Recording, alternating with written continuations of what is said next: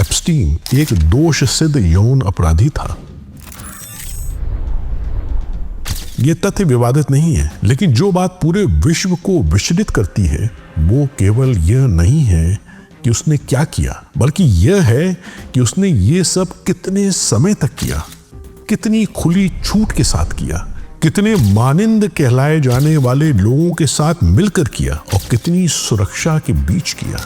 वो विश्वविद्यालयों में था, वो परोपकारी संस्थानों में था, वो राजनीति के गलियारों में था, वो कला जगत में था। एप्स्टीन को अपराधी की तरह नहीं देखा गया, उसे परिचित की तरह स्वीकार किया गया। जब 2022 में गिलेन मैक्सवेल को छोटी बच्चियों के यौन शोषण के अपराध के लिए दोषी ठहराया गया, तो ये सिद्ध हो गया कि तमाम पीड़ित वर्षों से जो कह रहे थे वो सत्य था।